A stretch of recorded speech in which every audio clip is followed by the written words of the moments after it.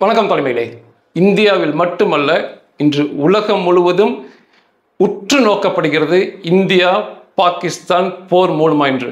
வாய்ப்புகள் என்று பார்த்தா 50க்கு 50 என்று சொல்லலாம்.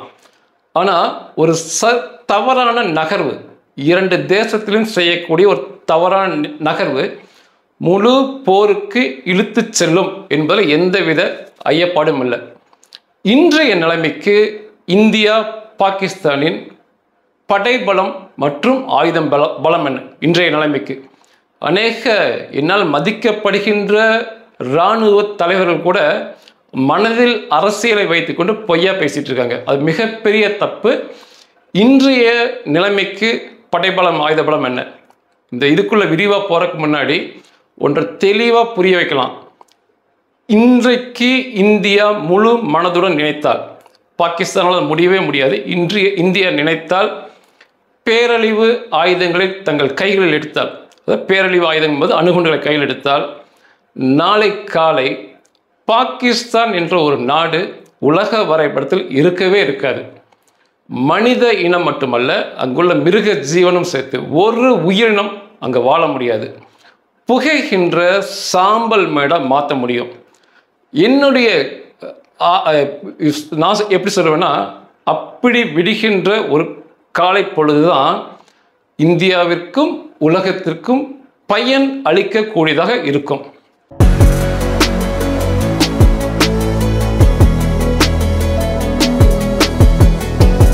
பழைய வரலாறு எடுத்துக்கிட்டோம்னா அப்படின்னா, பங்களாதேஷுக்கான சண்டையில் பாகிஸ்தான் இராணுவ வீரர்கள் 92,000 பேர் ஆயுதங்களை கீழே போட்டு இந்திய இராணுவ வீரர்களிடம் சரணடைந்தது தான் உலக சாதனையாக இன்று வரைக்கும் உள்ளது. இரண்டு நாடுகள் தனித்தனியாக சண்டை போடும்போது இப்படி ஒரே நாளில் ஆயுதத்தை கீழே போட்டு சரணடைந்தது தான் இன்றைக்கு வரைக்கும் உலக சாதனை வரலாறு. தொடர் தோல்வியை தான் அவங்க சந்திச்சிருக்காங்க. இந்தியாவோட சண்டை போடும்போது 48லேருந்து 48, 1948, 65, 71, 84, 99 இப்படி வரிசையாக இந்திய இராணுவத்திடம் தொடர் தோல்வியை சந்தித்தவர்கள் பாகிஸ்தான் இராணுவம் மற்றும் பாகிஸ்தான். ஓகேங்களா? இந்த புள்ளியோரத்தில் போனோம் அப்படின்னா, உலக இராணுவ தரவரிசை 145 நாடுகள் எடுத்து பார்க்கும்போது 195 நாடுகள் இருக்கு. ஏன் 145 நாடு மட்டும் பார்க்குறோன்னா, இப்போ வாட்டிகன் ஒரு தேசம் தான், தனி நாடு தான். ஆனால் வாட்டிகனுக்கு இராணுவமே கிடையாது. அதை போல சொற்ப இராணுவம் உள்ளதெல்லாம் கழிச்சுட்டு 145 நாடுகள் எடுத்து பார்க்கும்போது மொத்த படைபலத்தில் இந்தியா 4வது இடத்துல வரும். அமெரிக்கா, ரஷ்யா, சீனாவுக்கு அடுத்து இந்தியா 4வது இடத்துல வரும். பாகிஸ்தான் 12வது இடத்துக்கு போகும். இராணுவத்துக்கு செலவு செய்கிறது, டிஃபென்ஸ் பட்ஜெட் வச்சு பார்க்கும்போதும் அதே இடத்துல இந்தியா 4வது இடத்துல இருக்கும். ஆனால் பாகிஸ்தான் 38வது இடத்துக்கு தள்ளப்படும். இதை பார்க்கும்போது என்ன தெரியுதுன்னா, சோரே இல்லாட்டியும் பரவாயில்ல, நமக்கு சண்டை முக்கியம், ஆயுதம் முக்கியம் சொல்லி அவனுக்கு இருக்கிறது தெரியும். ஓகே, இந்திய இராணுவத்தின் தரைப்படையின் பலம் என்ன? முக்கியமானது தரைப்படை. நம்பர் 1 தரைப்படை தான். இந்த இந்திய இராணுவத்தின் தரைப்படை மற்றும் பாகிஸ்தான் இராணுவத்தின் தரைப்படையின் பலம் என்ன, ஒப்பீடு என்ன? ரெகுலர் மிலிட்ரி, ஆக்டிவ் மிலிட்ரிம்பாங்க. ரெகுலர் மிலிட்ரிங்கிறது முழு நேரமும் இராணுவத்தில் இருப்பாங்க. இந்த நிலைமைக்கு இந்தியா முழுவதும், ஏன் உலகத்தில் சில இடங்களில் கூட இராணுவ அந்த பணியை செஞ்சுக்கிட்டு இருப்பாங்க. அப்படி கணக்கு போடும்போது ரெகுலர் மிலிட்ரி இந்தியாவில் 14,55,550 பேர் இந்திய இராணுவத்தில் இருக்காங்க. அதே சமயத்தில் பாகிஸ்தானில் பார்த்தா ரெகுலர் மிலிட்ரி 6,54,000 பேர் இருக்காங்க. ரிசர்வ் மிலிட்ரி எடுத்துட்டோம்னா, அதுனா ரெகுலர் மிலிட்ரி, ரிசர்வ் மிலிட்ரினா, ரெகுலர் மிலிட்ரி முழுக்க இராணுவத்தில் இருந்துக்கிட்டே இருப்பாங்க. ரிசர்வ் மிலிட்ரி இராணுவ பயிற்சி பெற்றிருப்பாங்க. ஆனால் அவங்க பொது வாழ்க்கையில் இருந்து வேலைகளை செஞ்சுட்டு இருப்பாங்க. தேவைப்பட்டால் இராணுவம் அவர்களே அழைத்துக்கொள்ளும் சண்டைக்கு. அவங்களுக்கு பாதி சம்பளங்கள் உண்டு. அவ்வப்போது இராணுவ பயிற்சி அவங்களுக்கு புதுப்பிச்சுக்கிட்டே இருப்பாங்க. இதுதான் ரிசர்வ் மிலிட்ரி. ரிசர்வ் மிலிட்ரி எடுத்தோம்னா இந்தியாவில் 11,55,000 இந்திய இராணுவத்தில் இந்திய ரிசர்வ் மிலிட்ரியாக இருக்காங்க. பாகிஸ்தானில் 5,50,000 பேர் ரிசர்வ் மிலிட்ரி இருக்காங்க. பேரா மிலிட்ரி அப்படின்னா துணை இராணுவ படைன்னு வரும். நம்ம இந்திய இராணுவத்தில் துணை இராணுவ படை CRPF, central reserve police force அவங்க, Assam rifles, Indo Tibet border security forces, central industrial security force, இப்படி சொல்லிக்கிட்டே போகலாம். துணை இராணுவம், இந்த துணை இராணுவம்னு எடுத்துக்கிட்டோம்னா 25,27,000 பேர் இந்தியாவில் இருக்காங்க. அதே சமயத்தில் பாகிஸ்தானில் துணை இராணுவம் எடுத்துட்டோம்னா வெறும் 5 லட்சம் பேர் தான் இருக்காங்க. இவர்கள் எல்லோருமே வந்து இயந்திர துப்பாக்கிகளை கையாளக்கூடியவர்கள். நான் சொல்கிறது எல்லாமே இப்படி மொத்தமாக பார்க்கும்போது 1/2 கோடிக்கு மேலே இந்திய இராணுவத்தில் இருக்காங்க. இந்திய இராணுவம், ரிசர்வ் மிலிட்ரி, துணை இராணுவம் இவங்களாம் சேர்க்கும்போது 1/2 கோடிக்கு மேலே இயந்திர துப்பாக்கி எடுக்கக்கூடியவர்கள் இந்த நொடியில் நம்ம வச்சுக்கிட்டு இருக்கோம். பாகிஸ்தான் வந்து வெறும் 17 லட்சம் தான் இருக்காங்க. இதில் வந்து நான் மாநில காவல்துறையும் காவல்துறை அதிரடிப்படையும் நான் சேர்க்கலை. அப்படியே இந்திய இராணுவத்தை பற்றி பார்க்கும்போது இந்திய இராணுவத்தில் ஆள ஊடுருவும் படையணி கமாண்டோ ஃபோர்ஸஸ் அப்படின்னு பார்த்தீங்கன்னா உலகத்தில் நம்பர் 1 சிவப்பு பேய்கள் பாரா எஸ்எஃப் அடிப்பாங்க, para special forces, Ghatak platoon, NSG national security guard, இவங்கள இதை போன்று இன்னும் இருக்காங்க. இதை போன்ற சொல்லிக் கொள்ளும்படி ஒரு அமைப்பு கூட பாகிஸ்தானில் கிடையாது. இது தரைப்படை இராணுவ வீரர்கள். இவர்கள் பயன்படுத்தும் வாகனங்கள், அதை வைத்து மிகப்பெரிய வெற்றி இருக்கும். அதில் முதல் பார்க்க வேண்டியது ஆர்ட்டிலரி அப்படிம்பாங்க, பீரங்கி படைகள். இந்த பீரங்கி படைகள் மிக முக்கியமானது. பெரிய வகை குண்டுகளை வீசக்கூடியது, பெரிய சேதத்தை கொடுக்கக்கூடியது, அதிக தொலைவுக்கு குண்டுகளை வீசக்கூடியது. பீரங்கி படைகள் ரொம்ப முக்கியம், நம்பர் 1 அப்படி தரைப்படையில் வரும். அப்படி எடுத்தோம்னா ஆர்ட்டிலரி நம்ம எடுத்துக்கிட்டோம்னா இந்தியாவில் வந்து 4075 பீரங்கிகள் இருக்குது. பாகிஸ்தான் வசம் 3291 பீரங்கிகள் இருக்குது. நகை இழுத்து செல்லக்கூடிய பீரங்கி, தானாக செல்லக்கூடிய பீரங்கி, இது ரொம்ப முக்கியமானது. 155 mm விட்டமுள்ள மிகப்பெரிய குண்டுகளை வீசக்கூடிய பீரங்கின்னு பார்த்தா உங்களுக்கு தெரியும், போபார்ஸ். இது வந்து ஸ்வீடனில் தயாரித்து கொடுத்தாங்க, FS-77B இந்த பீரங்கி. இந்தியாவில் தயாரிச்சுன்னு பார்த்தா தனுஷ் பீரங்கிகள், ATAGS, M777 அல்ட்ரா லைட் பீரங்கிகள், இது இங்கிலாந்து தயாரித்து கொடுத்தது. இதெல்லாம் வந்து ரொம்ப மிகச்சிறப்பான பீரங்கிகள். இதே போல் அங்கே எதுவுமே இல்லை.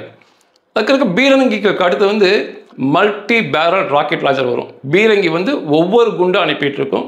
மல்டி பேரல் ராக்கெட் லான்ச்சர் வந்து மடன்னு சரமாரியாக குண்டுகளை தள்ளக்கூடும். இந்த மல்டி பேரல் ராக்கெட் லான்ச்சர் மிக முக்கியமானது. எடுத்துக்கிட்டோம் தெரிஞ்சு கொள்ள வேண்டியது வந்து ரஷ்யாவுடைய BM-30 ஸ்மெர்ஸ் அப்படிம்பாங்க.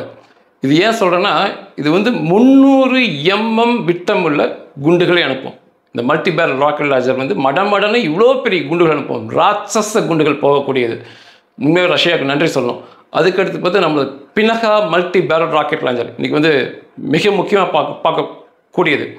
இதில் வந்து 122 mmலேருந்து 214 mm விட்டமுள்ள மிகப்பெரிய குண்டுகள் கூட மடன் போகக்கூடியது பினகாலேருந்து. அதுக்கடுத்து BM-21 கிராட், இதுவுமே ரஷ்யாவோட தயாரிப்பு தான். இது வந்து 122 mm குண்டுகள் அனுப்பக்கூடியது. இது வந்து மல்டி பேரல் ராக்கெட் லான்ச்சர். அதுக்கப்புறம் டாங்குகள் வரும். பீரங்கி வந்து முதல் தாக்குதல் நடத்தக்கூடியது, நீண்ட தொலைவு குண்டுகள் அனுப்பக்கூடியது, மிகப்பெரிய சேதத்தை கொடுக்கக்கூடியது. முதல்ல பீரங்கி தாக்குதல் நடத்துவாங்க. அதுக்கப்புறம் மல்டி பேரல் ராக்கெட்லேருந்து தாக்குதல் நடத்துவாங்க. தாக்கப்பட்ட இடத்துக்கு செல்லக்கூடியது டாங்குகள் மிகப்பெரிய தாக்குதலை நடத்தும். துப்பாக்கிகள் சுடக்கூடியது, இராணுவ வீரர்களை கொண்டு செல்லக்கூடியது. இந்தியாவில் பார்த்தீங்கன்னா 4601 டாங்குகள் இருக்குது.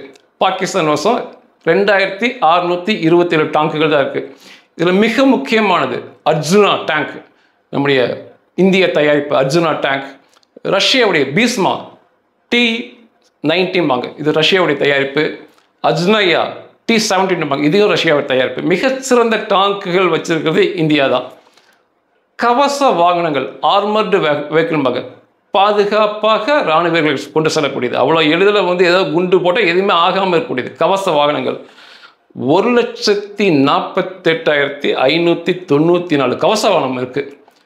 டாட்டாக்கு, அசோக் லைலாண்டுக்கு, மகேந்திராவுக்கு கண்டிப்பாக நன்றி சொல்லணும். மிகப்பெரிய உற்பத்தி பண்ணி கொடுத்துருக்காங்க. அதை அப்படியே எடுத்துக்கிட்டோம் பாகிஸ்தான் பக்கம் வந்தோம்னா வெறும் 17,516 தான் இருக்குது. இதுதான் வந்து தரைப்படையோட வலிமை. இராணுவ வீரர்கள், அவர் உபயோகப்படுத்தும் டாங்குகள், பீரங்கிகள், மல்டிபேரல் ராக்கெட் லான்ச்சர், ஆர்மர்டு வெஹிக்கிள், இதெல்லாம் ஒப்பிட்டு பார்க்க முடியாத வலிமையை கொண்டது இந்தியா. ஏன் இந்த அளவுக்கு வித்தியாசத்தை நம்ம எப்போவுமே மெயின்டைன் பண்ணுறோன்னா, நம்ம பாகிஸ்தானை மட்டும் ஒருபோதும் கணக்கில் எடுக்க மாட்டோம். பாகிஸ்தான் கூட சண்டை போடும்போது சீனா வந்தால் என்ன பண்ணுறது, சீனா கூட சண்டை போடும் பாகிஸ்தான் கூட சேர்ந்தால் என்ன பண்ணுறது சொல்லி என்றபடி யோசித்து 2 நாடுகளுக்கு சேர்த்து தான் இவ்வளோ பெரிய இராணுவத்தை நம்ம வந்து வச்சிருக்கிறோம். பேரழிவு ஆயுதங்கள், தரைப்படைக்கு அப்புறம் சொல்ல வேண்டியது பேரழிவு ஆயுதங்கள், அணுகுண்டுகள்.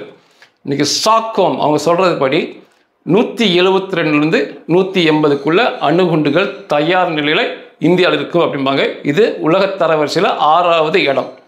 170ஓட பாகிஸ்தான் 7வது இடத்துல இருக்கும்பாங்க அணுகுண்டுகள்.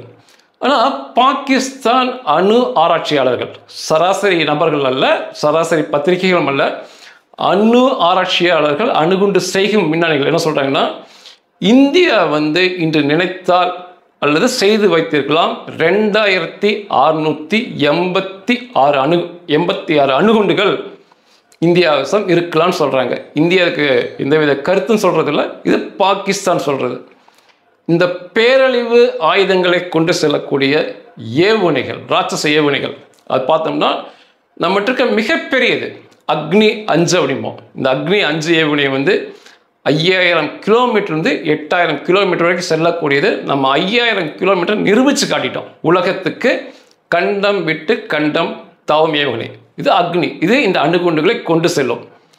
அதே சமயம் வந்து பாகிஸ்தானில் வந்து இன்னைக்கு சோதனை செய்ய போகிறாங்க. சாகின் 3 அப்படிம்பாங்க. இன்னைக்கு செய்ய போகிறாங்க. இப்போ நான் பேசுகிற அன்னைக்கு 2750 கிலோமீட்டர் மட்டுமே போகக்கூடியது. ஒருவேளை அந்த நிகழ்வு வெற்றி பெறலாம் அல்லது தோல்வி அடையலாம். எனவே அவங்க வந்து 2750 கிலோமீட்டர் ஒத்துக்கலாம். நம்ம அக்னி செய்து காட்டி, என்றோ செய்து காட்டிய அக்னியை 8000 கிலோமீட்டர் போகக்கூடியது. இன்றைக்கு வந்து இந்தியா 15000 கிலோமீட்டர் கூட ஏவுகணை அனுப்பிடுவாங்க. மொத்த சீனாவையும் மொத்த பாகிஸ்தானை தாக்க முடியும். பாகிஸ்தான் இந்த 2750 கிலோமீட்டர் செல்லக்கூடிய ஏவுகணை அனுப்பினாலும், சாகின் 3 அனுப்பினாலுமே பாதி இந்தியாவை தான் தாக்க முடியும். இந்த ஏவுகணைகளை தடுக்கக்கூடிய வான் பாதுகாப்பு சாதனங்கள், நான் தொடக்கத்திலே சொன்னேன், இந்தியா நினைத்தால் பாகிஸ்தானை எடுத்துடலாம் உலக வரைபடத்தில் இருந்தேன்னு சொல்லி. ஏன்னா பாகிஸ்தான் அனுப்பக்கூடிய ஏவுகணைகளை, அணுகுண்டுகளுடன் வரும் ஏவுகணைகளை இந்தியா தடுத்துடலாம்.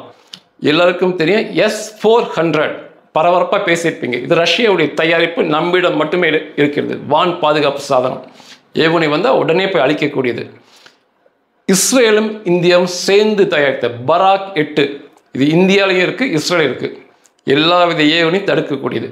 அதுக்கப்புறம் பிருத்திவி ஏர் டிஃபென்ஸ் அப்படிம்பாங்க, PAD, பிருத்திவி ஏர் டிஃபென்ஸ், மிகப்பெரிய ஏவுகணை தடுக்கக்கூடியது. அட்வான்ஸ் ஏர் டிஃபென்ஸ்பாங்க, AAD. இதெல்லாம் இதை போல் இன்னும் இருக்குது. இதெல்லாமே வந்து வான் பாதுகாப்பு ஏவுகணைகள். எந்த வித பாகிஸ்தான் ஏவுகணையும் நம்மளால் தடுக்க முடியும். பாகிஸ்தானுக்கு இது எதுவுமே இல்லை. பாகிஸ்தான் அனுப்புகின்ற ஏவுகணை அணுகுண்டோடு வரதை இந்தியா தடுத்துருவாங்க. இந்தியா அணுகுண்டோட ஒரு ஏவுகணை அனுப்புனாங்கன்னா, அக்னி 5 அனுப்புனாங்கன்னா, பாகிஸ்தான் வேடிக்கை மட்டுமே பார்க்க முடியும். அவங்களால தடுக்கவே முடியாது. ஒன்று. அதுக்கப்புறம் வந்து இந்தியாவில் வந்து 29 வகையான ஏவுகணை பிரித்து செஞ்சு வச்சுருக்கோம். தேவைக்கேற்ப செஞ்சு வச்சுருக்கோம். அது உங்களுக்கு முக்கியமானது. அதுக்கடுத்து உங்களுக்கு தெரிய வேண்டியது பிரம்மோஸ். எல்லாத்துக்கும் தெரியும், உலகத்திலேயே மிக வேகமானது, யாரும் தடுக்க முடியாது. பிரம்மோஸ் ஏவுகணைகள். நாக், இது டாங்கை தகர்க்கக்கூடிய ஏவுகணைகள். பிரலாய், பிரஹார், நிர்பை இதெல்லாமே வந்து தாக்குதல் நடத்தக்கூடிய ஏவுகணைகள். இதை போன்ற வரிசைகள் எதுவுமே அவர்கள்ட்ட கிடையாது. அதுக்கப்புறம் வந்து நம்ம வந்து ஏர்ஃபோர்ஸ், இந்தியன் ஏர்ஃபோர்ஸ் அப்படின்னு எடுத்துக்கிட்டோம்னா 2229 போர் விமானங்கள், தாக்குதல் நடத்தக்கூடியது, குண்டு போடக்கூடியது, ஆட்களை கொண்டு மொத்தம் எடுத்தோம்னா 2229 போர் விமானங்கள் இருக்குது. பாகிஸ்தானில் வெறும் 1399 இருக்குது. பாகிஸ்தான் அதிகமாக சீனாவை நம்பியிருக்கு. நம்மகிட்ட வந்து தேஜஸ் தன்னுடைய வல்லமையை நிரூபிக்க துடித்து கொண்டிருக்கும் தேஜஸ் போர் விமானம், ரஃபால் போர் விமானம், அதுவுமே வந்து முழு நேர போரில் ஈடுபட காத்திருக்கும் ரஃபால் போர் விமானம், சுக்கோய் ரஷ்யாவுடைய போர் விமானம், MiG-29 மிக் வரிசையில் கொஞ்சம் லேட்டஸ்ட் போர் இதெல்லாம் காத்து இருக்கு சண்டைக்காக. பழைய எடுத்தோம்னா ஜாகுவார், மிராஜ் இதெல்லாம் வந்து இந்தியாவுடைய போர் விமானங்கள். அணுகுண்டுகளை எடுத்து சென்று போடக்கூடிய போர் விமானங்கள் இதெல்லாம் சண்டைக்காக காத்துக்கிட்டு இருக்கு. ஏரியல் டேங்கர்ஸ், அதாவது எரிபொருளை கொண்டு சென்று போர் சமயத்தில் கொடுக்கக்கூடியவை மிகப்பெரியது. 6 ஏரியல் டேங்கர்ஸ் நம்மகிட்ட இருக்கு. பாகிஸ்தானில் வெறும் 4 தான் இருக்கு. விமானப்படைன்னு எடுத்துக்கிட்டாலுமே மிகப்பெரிய சேதத்தை நம்மால் கொடுக்க முடியும். கப்பல் படை நேவி நெட்டோம்னா நமக்கு 293 மொத்த கப்பல்கள், போர் கப்பல்கள் இருக்கு. பாகிஸ்தான் வெறும் 121 தான் இருக்கு. இதில் விமானம் தாங்கி போர்க்கப்பல் ரொம்ப முக்கியம். போர் விமானங்களை வைத்துக்கொண்டு, ஆயுதங்களை வைத்துக்கொண்டு நகர்ந்து செல்லக்கூடிய ராட்சச விமானம் தாங்கி போர்க்கப்பல் நம்மகிட்ட 3 இருக்கு. பாகிஸ்தானில் ஒன்றுமே இல்லை. டெஸ்ட்ராயர் அப்படிம்பாங்க, அழிக்கும் கப்பல்கள், போர்க்கப்பல்கள் மிகப்பெரியது. 13 நம்மகிட்ட இருக்கு. பாகிஸ்தான்கிட்ட ஒன்றுமே கிடையாது. ராட்சச நீர்மூழ்கிகள், கருப்பு சாத்தான்னு சொல்லுவோம், அது நம்மகிட்ட 18 இருக்கு. பாகிஸ்தான்கிட்ட வெறும் 8 தான் இருக்கு. இந்த போர் கப்பல்களை கையாளக்கூடிய துறைமுகங்கள், முனையங்கள் பார்த்தா நம்மகிட்ட 56 இருக்கு. பாகிஸ்தான்கிட்ட வெறும் 3 தான் இருக்கு. இதுதான் நம்ம வந்து ஒரு மிகப்பெரிய பார்க்க வேண்டிய படைபலங்கள். அதாவது படைபலம், ஆட்களுடைய படைபலம் மற்றும் நம்முடைய ஆயுத பலங்கள்.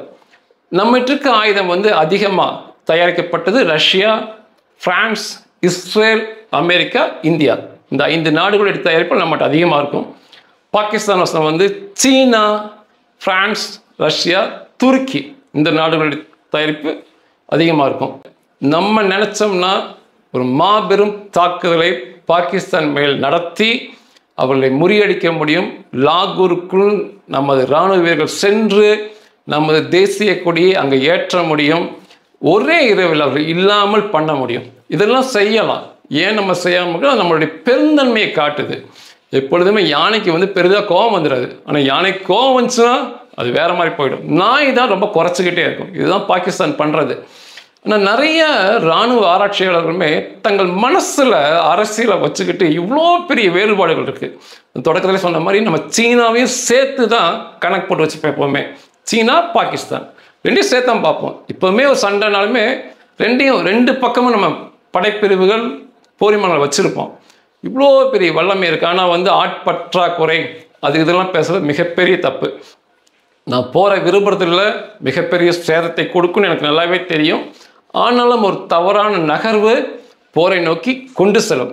அப்படி ஒருவேளை போர் என்று வந்தால் கூட வெகு விரைவில் பாகிஸ்தானை மண்ணை கவ வைத்து அவங்களை சரணடைய வைக்கலாம். குறுகிய நாட்களில் லாகூர் அவங்க தலைநகரத்துக்கு போய் நம்முடைய தேசிய கொடியை பறக்க வைக்கலாம். நன்றிகள்.